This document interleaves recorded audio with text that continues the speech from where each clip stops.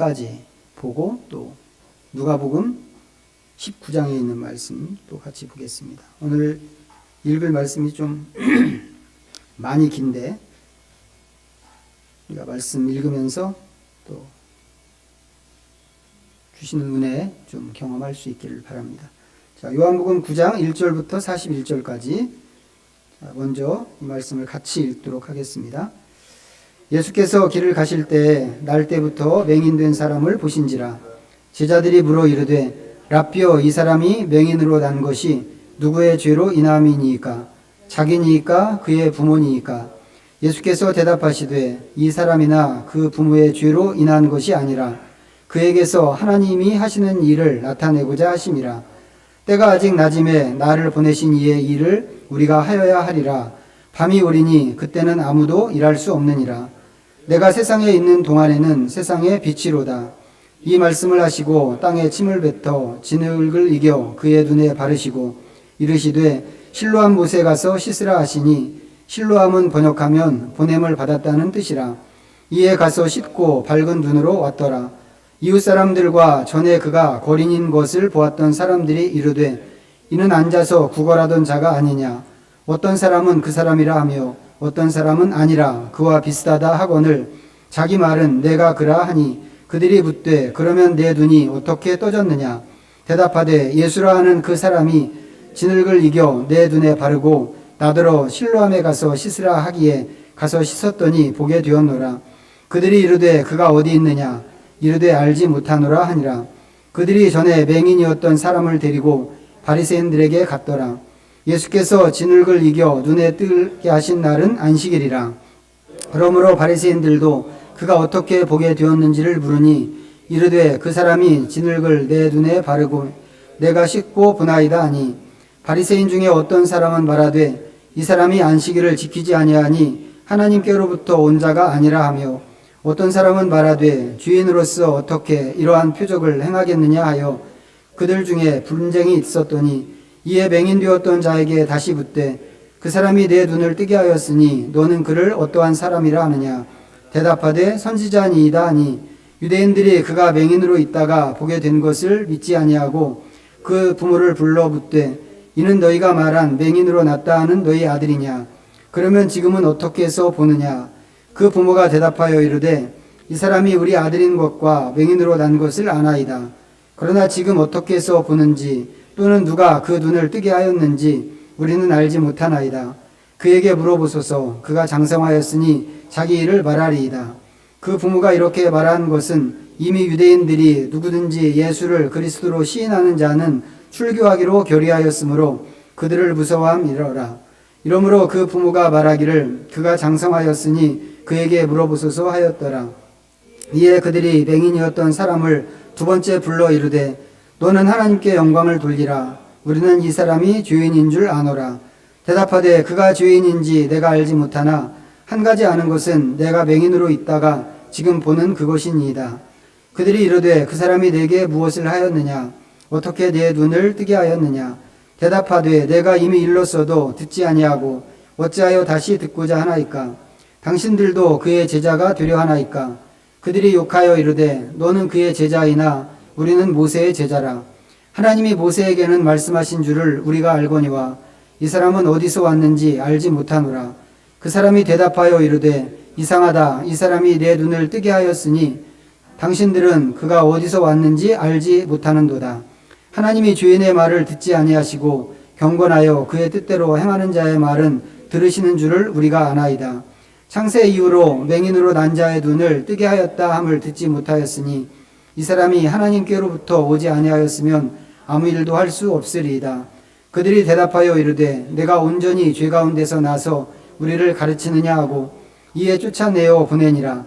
예수께서 그들이 그 사람을 쫓아냈다 하는 말을 들으셨더니 그들을 만나사 이르시되 내가 인자를 믿느냐. 대답하여 이르되 주여 그가 누구시오니까 내가 믿고자 하나이다. 예수께서 이르시되 내가 그를 보았거니와 지금 너와 말하는 자가 그이니라. 이르되 주여 내가 믿나이다 하고 절하는지라. 예수께서 이르시되 내가 심판하러 이 세상에 왔으니 보지 못하는 자들은 보게 하고 보는 자들은 맹인이 되게 하려 함이라 하시니, 바리새인 중에 예수와 함께 있던 자들이 이 말씀을 듣고 이르되 우리도 맹인인가? 예수께서 이르시되 너희가 맹인이 되었더라면 죄가 없으려니와 본다고 하니 너희 죄가 그대로 있느니라. 아멘. 우리 표를 좀 해놓으시고요. 누가복음 19장으로 가서 보겠습니다. 누가복음 19장 28절부터 48절까지 128면입니다. 자, 29절부터 읽죠. 29절부터 48절까지 읽겠습니다. 감람원이라 불리는 산 쪽에 있는 벳바게와 베다니에 가까이 가셨을 때 제자 중 둘을 보내시며 이르시되 너희는 맞은편 마을로 가라. 그리로 들어가면 아직 아무도 타보지 않은 나귀 새끼가 메어 있는 것을 보리니 풀어 끌고 오라. 만일 누가 너희에게 어찌하여 푸느냐 묻거든 말하기를 주가 쓰시겠다 하라 하시매 보내심을 받은 자들이 가서 그 말씀대로 만난지라. 나귀 새끼를 풀 때에 그 임자들이 이르되 어찌하여 나귀 새끼를 푸느냐 대답하되 주께서 쓰시겠다 하고 그것을 예수께로 끌고 와서 자기들의 겉옷을 나귀 새끼 위에 걸쳐놓고 예수를 태우니 가실 때에 그들이 자기의 겉옷을 길에 펴더라.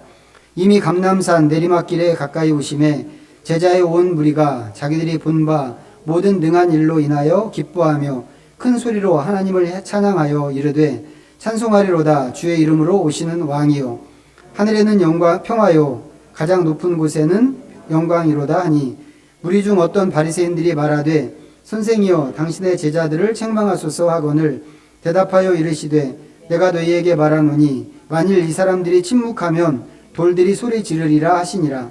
가까이 오사 성을 보시고 우시며 이르시되 너도 오늘 평화에 관한 일을 알았더라면 좋을 뻔하였거니와 지금 내 눈에 숨겨졌도다. 날이 이를지라 내 원수들이 토둔을 쌓고 너를 불러 사면으로 가두고 또 너와 및 그 가운데 있는 내 자식들을 땅에 메어치며 돌 하나도 돌 위에 남기지 아니하리니 이는 내가 보살핌 받는 날을 알지 못함을 인함이니라. 성전에 장사하는 자들을 내쫓으시며 그들에게 이르시되 기록된 바 내 집은 기도하는 집이 되리라 하였거늘 너희는 강도의 소굴을 만들었도다 하시니라. 예수께서 날마다 성전에서 가르치시니 대제사장들과 서기관들과 백성의 지도자들이 그를 죽이려고 꾀하되 백성이 다 그에게 귀를 기울여 들으므로 어찌할 방도를 찾지 못하였더라. 아멘. 예, 좀 긴 말씀이었습니다. 예, 다음 주일이 이제 부활절입니다. 다 아시겠습니다만 다음 주일이 부활절이고 이제 돌아오는 금요일 부활절 전에 돌아오는 금요일이 이제 교회력으로는 예수님께서 십자가에 못 박히신 그 날입니다.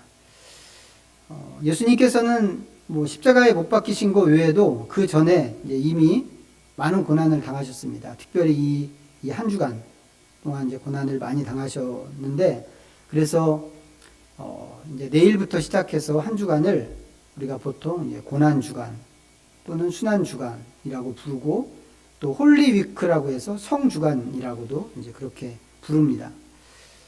그리고 오늘은 이제 그 고난을 위해서 예수님께서 예루살렘으로 입성하시는 이제 종려주일이라고 합니다. 보통 종려주일이면 종려주일에 해당하는 말씀으로 이제 예수님이 나귀 타고 예루살렘에 들어가시는 이제 그런 말씀을 우리가 보통 종려주일에 이제 봅니다. 물론 이제 오늘 우리도 그 말씀을 읽기는 했는데 이제 그와 함께 이제 그 말씀과 함께 좀 생뚱맞은 그런 말씀도 오늘 같이 읽었습니다. 나면서부터 맹인된 사람 이야기가 있는 말씀인데 오늘 그 말씀을 먼저 보고 그와 관련해서 이제 뒤에 읽은 누가복음의 말씀도 좀 보도록 하겠습니다. 자, 다시 요한복음으로 좀 돌아가셔서 누가복음 또 표시를 해놔야 되겠죠. 우리가 나중에 또 볼 거니까. 자, 예수님과 제자들이 이제 길을 가다가 날 때부터 맹인된 사람을 봤습니다. 그걸 보고 제자들이 금방 궁금증이 생겨서 물었습니다. 선생님, 이 사람이 맹인으로 난 것이 누구의 죄입니까? 누구 죄 때문입니까? 이 사람 자기 자신의 죄 때문입니까? 아니면 부모의 죄 때문입니까? 우리 상식으로는 이렇게 물어보면 안 되죠. 우리도 좀 비슷한 마음이 있긴 있어요. 예를 들어서 막 너무 고통스러운 삶을 오랫동안 보내는 그런 사람을 보면 저 사람은 뭐가 문제지? 저 사람 무슨 죄가 있어서 저렇게 풀어지지 않지? 뭐 이런 생각을 하는 게 있어요. 아니면 뭐 옆에 있는 사람이 이야기하지 않더라도 스스로 그렇게 생각하는 게 있습니다. 내가 뭐 잘못한 게 있나? 내가 뭐 죄를 졌나? 뭐 이런 생각을 하는 게 우리 안에 있습니다만, 적어도 이제 이렇게 날 때부터 맹인된 이런 사람을 보면서 이렇게는 우리 묻지 않는단 말이에요. 어떻게 물어야 될까요? 왜 이런 일이 생겼습니까? 이상하잖아요. 태어날 때부터 맹인이라고 하면 그거는 정말 이상한 일인데 왜 이런 일이 생겼습니까? 라고 먼저 물어봐야 할 것 같습니다. 그런데 제자들이 그렇게 안 묻고 누구의 죄 때문에? 라고 물었습니다. 무슨 얘기겠어요?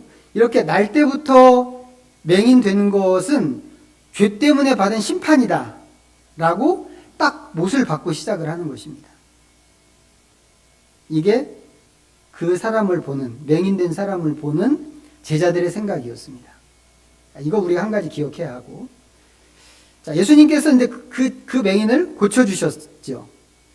예수님이 고쳐주시고 나니까 주변에 있는 사람들이 난리가 났습니다. 난리가 났고 또 바리새인들도 굉장히 당황했습니다. 그래서 맹인과 함께 그 부모까지 불러다가 이게 어떻게 된 일이냐라고 반복해서 묻습니다. 여러 가지 대화가 오고 갔는데 분위기를 보면 굉장히 험악합니다. 험악한 분위기로 우리가 읽은 이 요한복음 과정이 흘러가고 있습니다. 그러다가 결국에는 소리를 지르고 이 맹인을 쫓아냈는데 그 장면이 34절에 있습니다. 34절 다시 한번 보시면 우리 같이 한번 다시 읽어보죠. 시작. 그들이 대답하여 이르되 온전히 죄 가운데 나서 우리를 가르치느냐 하고 이에 쫓아내어 보내니라. 영어 성경이 그 원문에 좀 더 가깝게 번역을 했는데 영어 성경에 보면 이제 이런 식입니다. 너가 죄에 둘러싸여서 태어났으면서 감히 우리를 가르치려고 하느냐? 이렇게 되어 있어요. 바리새인들은 이 사람이 죄에 둘러싸여서 태어났다고 딱 규정을 하고 있는 것입니다. 어디서 온 걸까요? 이런 생각과 이런 확신 어디서 온 걸까요? 바리새인들도 이 맹인으로 태어난다는 것을 흔하지 않은 일이지만 굉장히 희귀한 일이긴 하지만 이렇게 태어나는 것을 죄 때문이라고 바리새인들은 그렇게 생각을 하는 것입니다. 물론 지금은 예수님을 만나고 이 사람이 지금 눈을 뜬 상태입니다. 여기 34절 이 상황 가운데서는. 그렇지만 바리새인들 생각에는 저놈은 그런 생각이 있는 거죠. 저놈은 죄인으로 태어난 놈이야 라고 하는 생각이 여전히 있다고 하는 것입니다. 그럼 상상을 해보세요. 앞에서는 예수님의 제자들이 죄 때문에 얘가 맹인이 됐어 라고 단정을 했습니다. 그리고 이제 우리가 읽은 여기 34절에서는 바리새인들도 똑같은 생각으로 맹인을 죄인 취급하고 있습니다. 그러면 맹인 자신은 어떨까요? 맹인 자신은 자기를 어떻게 생각하면서 지금까지 살아왔을까요? 이거 생각할 필요도 없는 얘기죠. 누구의 죄든지 죄 때문에 맹인으로 태어났다고 하는 것은 단지 제자들이나 아니면 바리새인들만의 생각이 아니라는 것입니다. 그 자체로 그 당시에 이스라엘에서 보편적으로 통용되던 사회적인 규정이었다는 거죠. 그런 사회적인 통념 속에서 맹인은 그럼 자기 자신을 뭐라고 생각했을까? 요즘에 우리나라 드라마가 되게 세계적으로 인기를 누리고 있잖아요. 알고 계시나요? 이거 알고 있어야 되는데 굉장히 자부심 가질 만한 그런 일인데 얼마 전에 한국이 드라마를 만들어서 올리면 뭐 계속 10위 그 탑 10 안에 다 들어가고 막 1, 2위 막 몇 주 동안 하고 이제 그러는데 얼마 전에 더 글로리라고 하는 드라마가 또 한 번 그렇게 화제를 일으켰습니다. 한간에 돌아다니는 얘기에 의하면 이 드라마 때문에 중국이 완전히 뒤집어졌다. 뭐 이런 소문도 있고, 뭐 중국뿐만 아니라 뭐 미국, 유럽, 뭐 남미, 뭐 동남아까지 이 드라마가 아주 전 세계에서 큰 이슈를 만들어내고 있습니다. 보신 분들은 아시겠지만 이 드라마는 이제 기본적으로 학교 폭력을 다루는 드라마입니다. 그런데 그것과 함께 그 학교 폭력이라고 하는 그 주제와 함께 영광에 대한 이야기이기도 합니다. 그래서 제목이 더 글로리예요. 어떤 영광인가? 자랑스러운 부모, 자랑스러운 남편, 자랑스러운 직장과 뭐 경력, 자랑스러운 돈, 이런 것들이 그 드라마에서 주인공에게 복수를 당하는 사람들을 둘러싸고 있는 영광스러운 담벼락 같은 거란 말이죠. 울타리. 저는 이 주인공, 그 드라마의 주인공에 대한 좀 안 좋은 이미지도 있고 그래서 이걸 안 보고 있었는데, 얼마 전에 유시민 작가가 이인규 전 검사 그 책을 새로 냈단 말이에요. 유시민 작가가 그 책을 비평하면서 이 드라마를 좀 빗대서 이야기하는 것을 봤습니다. 머릿속에 아주 쏙 들어오게 설명을 해줬어요. 그래서 그 설명을 듣고 궁금증이 생겼습니다. 이 드라마에 대한 궁금증이 생겨서 봤는데, 이제 그 드라마를 이렇게 보고 오늘 읽은 이 날 때부터 맹인된 사람 이야기를 읽으면서 이 이야기가 그 더 글로리라고 하는 그 드라마하고는 완전히 반대의 이야기구나 싶은 생각이 들었습니다. 영광은 없고, 그 더 글로리는 아주 영광에 대한 이야기인데, 여기는 영광은 없고 치욕만 있는 그런 이야기라고 하는 것입니다. 예수님 시대의 이 맹인은 사회적으로 죄 때문에 맹인으로 태어났어 라고 하는 그 치욕을 안고 사는 사람이란 말이죠. 그런 분위기에서 맹인은 자기를 뭐라고 생각했을까 하는 겁니다. 틀림없이 다른 사람과 똑같은 생각을 하면서 살았겠다고 하는 것이죠. 온 세상이 그렇게 생각한단 말이에요. 온 세상이 그렇게 생각하니까 이 사람은 날 때부터 그 소리를 듣고 사는 거죠. 무슨 죄 때문에 뭐 이렇게. 그러니까 맹인 자신도 나는 죄 때문에 이렇게 됐어 라고 생각할 수밖에 없습니다. 그런데 예수님께서 제자들과 함께 가시다가 제자들의 질문을 받고 답을 하시는데, 예수님께서는 이 사람의 형편을 전혀 다르게 보셨다고 하는 겁니다. 제자들의 질문에 대답하셨어요. 3절 보세요. 같이 읽습니다. 시작. 예수께서 대답하시되 이 사람이나 그 부모의 죄로 인한 것이 아니라 그에게서 하나님이 하시는 일을 나타내고자 하십니다. 이 사람이 맹인된 것은 하나님이 하시는 일을 보여주기 위해서입니다. 그럼 이게 뭘까요? 그에게서 하나님이 하시는 일이라고 하는 게 뭘까요? 우리는 이제 금방 생각할 수 있는 게 뭐 딴 거 아니죠. 하나님이 하시는 일은 뭐 당연히 맹인의 눈을 뜨게 하시는 것이지. 이 이야기를 딱 보면 제일 먼저 눈에 띄는 게 그거니까, 하나님이 맹인의 눈을 뜨게 하시려고 그럼 이렇게 이 사람이 이렇게 태어난 건가 보다, 이렇게 생각할 수 있습니다. 그렇게 보통 생각을 합니다. 그리고 하나님께서는 예수님을 통해서 실제로 이제 그런 일을 하셨습니다. 그러니까 우리가 이 이야기를 보통 그렇게 읽는 것이 뭐 이해가 되는 얘기죠. 방식이고. 그런데 하나님이 하시는 일이 맹인으로 태어난 사람의 눈을 뜨게 하시는 것이라고 한다면 이 얘기가 그냥 거기서 끝내야 되는 거죠. 근데 거기서 끝나지 않고 더 나간다고 하는 겁니다. 어디까지 가나요? 자, 뒤로 조금 가셔서, 더 뒤로 한참 가셔서 39절부터 볼까요? 39절부터 41절까지. 자, 같이 또 읽어보겠습니다. 시작. 예수께서 이르시되 내가 심판하러 이 세상에 왔으니 보지 못하는 자들은 보게 하고 보는 자들은 맹인이 되게 하려 함이라 하시니 바리새인 중에 예수와 함께 있던 자들이 이 말씀을 듣고 이르되 우리도 맹인인가? 예수께서 이르시되 너희가 맹인이 되었더라면 죄가 없으려니와 본다고 하니 너희 죄가 그대로 있느니라.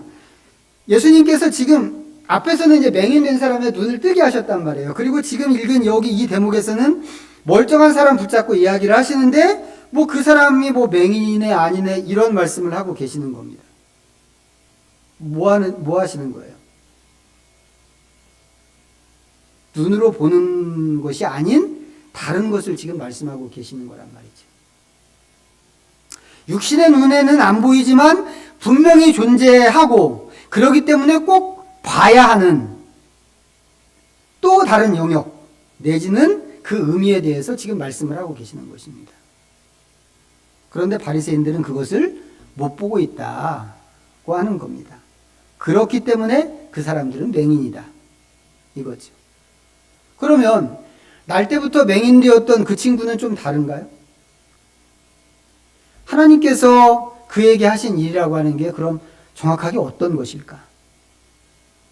우리가 이 친구는 어떻게 달라졌는가를 볼 수 있어야 하는데 이 친구는 자기 자신을 생각할 때 그저 죄 때문에 맹인으로 태어난 부정한 인간이라고 그렇게 생각하면서 지금까지 살아왔습니다. 그렇게 생각한 이유는 그가 사는 사회 전체가 그렇게 생각하고 이 친구를 그런 식으로 취급했기 때문입니다. 이 친구한테는 영광이라는 게 없습니다. 치욕만 있고 비참하고 허무한 삶만 있을 뿐이었단 말이죠. 그런데 그런 사람이 지금 하나님의 세상을 보기 시작했고 예수님을 통해서 하나님께서 하신 일을 보기 시작하는 것입니다. 33절에 보면 하나님께로부터 오지 아니하였으면 이라는 말을 하기 시작했고 36절에서는 예수가 누구인지 내가 믿겠습니다 라고 하고 있고 예수님을 확인하고는 그 앞에서 엎드려 절을 했습니다. 이게 지금까지 자기를 죄인이라고 규정하고 그렇게 무가치하게 취급한 사람들을 어떻게 대항하는 것인가를 한번 생각해 보세요. 바리새인들은 이 사람이 맹인으로 났다가 눈을 고쳤다고 하는 것을 계속 지금 부인하고 있는 중이거든요. 그 눈을 뜨게 하신 이 예수님을 어떻게든지 죄인으로 몰아붙이고 있고 하나님께로 절대로 올 리가 없어 라고 지금 이야기하고 있단 말이죠. 누구든지 예수를 그리스도로 인정하는 사람이 있다면 그 사람은 출교하기로 아주 이미 결의를 해놓고 이 맹인의 아들이 맹인으로 났다가 눈 떴다고 하는 그 반가움보다 그것을 더 두려워하게끔 부모로 하여금 그렇게 만들 정도로 분위기가 그렇게 돌아가고 있는데 이 친구는 지금 전혀 반대로 가고 있는 것이다 라고 하는 겁니다. 뭐예요? 이 친구가 정말 주님의 나라를 보고 주님의 세상을 보게 됐다고 하는 것입니다. 이거 고침받은 눈으로 본 거겠어요? 그렇지 않을 거란 말이죠. 이건 눈으로 볼 수 있는 영역이 아니기 때문에 눈을 떴다고 해서 보는 게 절대로 아닙니다. 영적인 눈으로만 봐야 볼 수 있는 것인 거죠.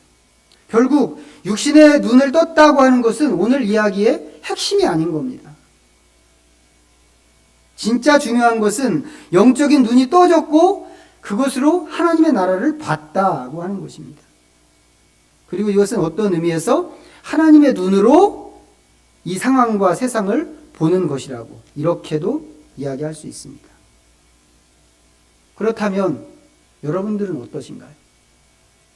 저와 여러분들은 어떤가? 우리가 세상에 살면서 수많은 것들을 봅니다. 보는데 나는 보이는 것만 보는가? 아니면 보이지 않는 영역도 보는가? 이게 얼마나 중요한 문제인가? 이게 굉장히 중요한 문제거든요. 얼마나 중요한 문제인가? 이제 누가복음으로 가서 보도록 하겠습니다. 19장이었습니다. 누가복음 19장. 우리가 읽은 말씀은 예수님의 예루살렘 입성 이야기가 있었고 바로 이어지는 그 성전 청결 이야기가 이제 뒤따라 나왔습니다. 예수님께서 나귀를 타고 예루살렘에 입성하실 때 엄청난 군중들이 나와서 환호를 했습니다. 자, 38절 보시겠어요? 38절. 19장 38절 다시 한번 읽어봅니다. 시작.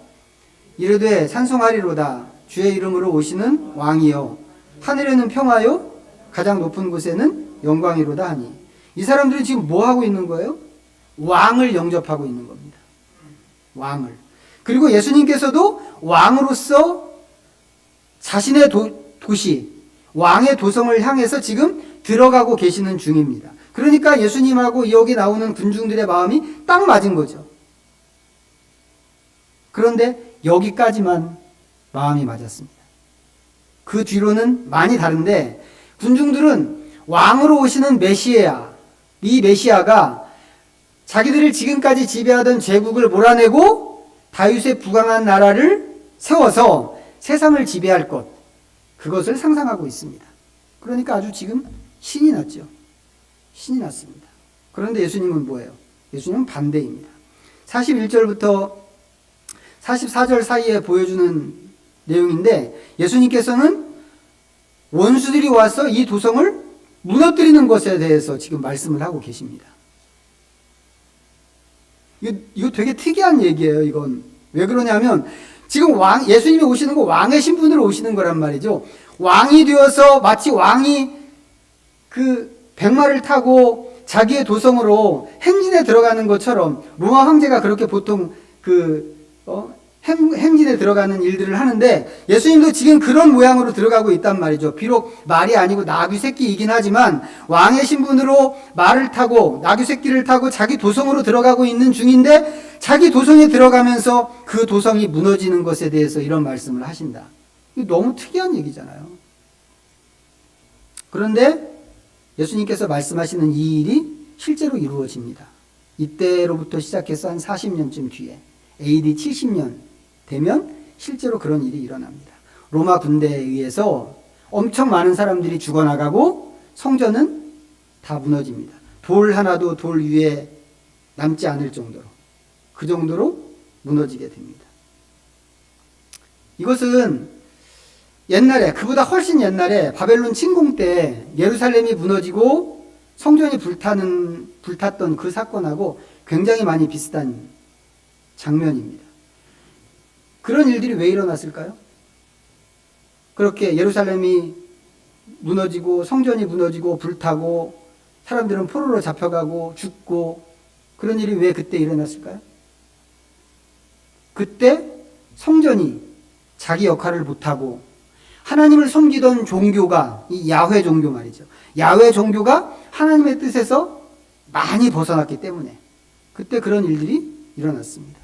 그래서 바벨론 침공 때는 하나님께서 뭐라고까지 말씀을 하셨냐면 포로로 끌려가는 사람이 남은 사람이다. 눈으로 볼 때는 그거 아니잖아요. 예루살렘에 다 죽어나가고 포로로 잡혀가고 하지만 그래도 그 와중에 예루살렘에 남아있는 사람이 남은 사람이지 어떻게 포로로 잡혀가는 사람이 남은 사람일 수 있겠어요. 그런데 하나님께서는 말씀하실 때 포로로 잡혀가는 그 사람들이 하나님 나라에 남은 사람이라고 이렇게 말씀을 하실 정도였습니다. 그 정도로 실제 남는 사람과 성전의 역할이 끝났다라고 선언하신 일이란 말이죠. 그런데 예수님께서 지금 그렇게 하시는 것입니다. 이스라엘과 성전이 그들에게 주어졌던 역할과 신분이 이제 끝났고 예수님께서는 새로운 나라와 새로운 백성과 새로운 성전을 세우실 거다라고 하는 걸 이렇게 보여주시는 겁니다. 근데 그것도 모르고 이 백성들은 기다리던 왕이 오신다고 하면서 지금 신이 났고 바리새인들과 대제사장 그룹은 그나마도 못하고 못마땅하게 그 장면을 못마땅하게만 지금 생각을 하고 있는 것입니다.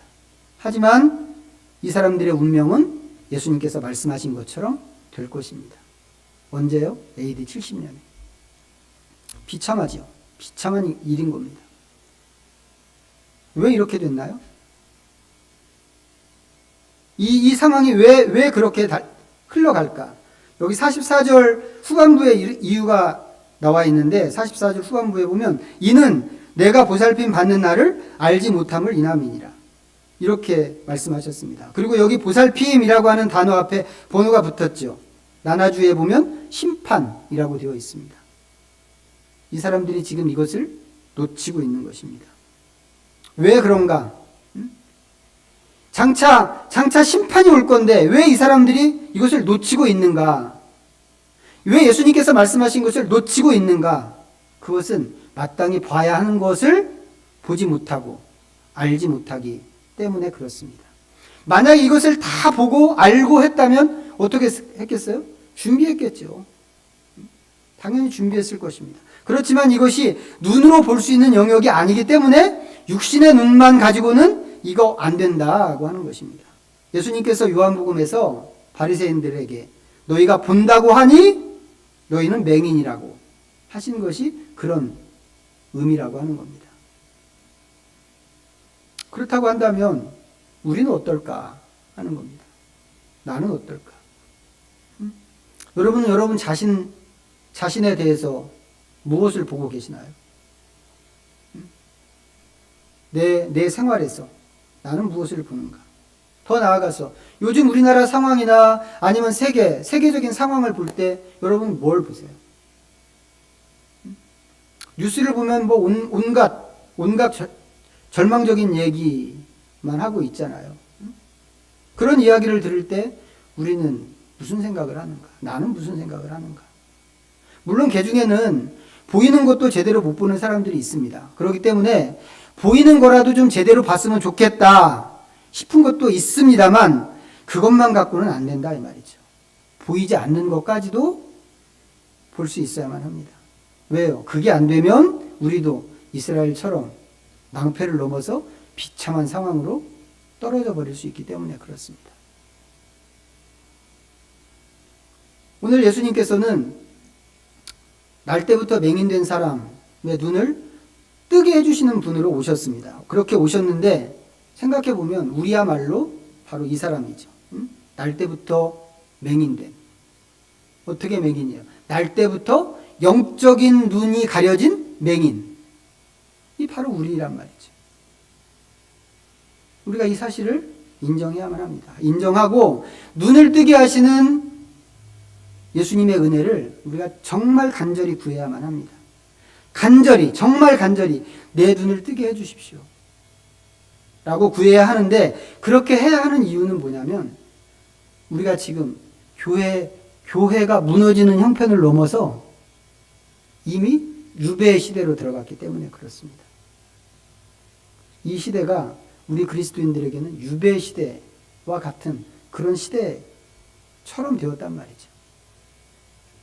현재를 사는 우리가 마치 유배지로 끌려간 포로처럼 되어버렸습니다.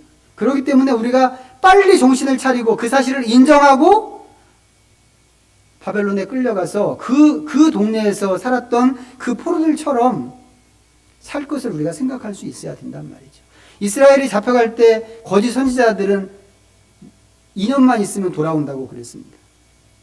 걱정하지 말아라. 2년만 있으면 돌아온다. 근데 예레미야 그렇게 얘기하지 않았죠. 너네들 70년이 지나야 돌아올 거니까 너네들이 거기서 없어지지 않게 시집 장가 가고 밭도 갈고 곡식을 생산해서 먹고 살고 그곳에서 너네들이 기도하고 하나님을 섬기면 살아라 라고 그랬습니다. 우리가 그렇게 살아야 하는 사람들인 것입니다. 지금 유배지에 들어온 하나님의 사랑으로. 그래서 유배지에서 다시 시작하는 마음으로 우리 스스로의 영적인 근력을 좀 키워가면서 우리도 새로운 시작을 해야 하겠다고 하는 것입니다. 이제 내일부터 고난주간인데 이 고난주간을 보내면서 우리 자신을 좀 깊이 돌아볼 수 있으면 좋겠습니다. 고난주간이라고 하는 것은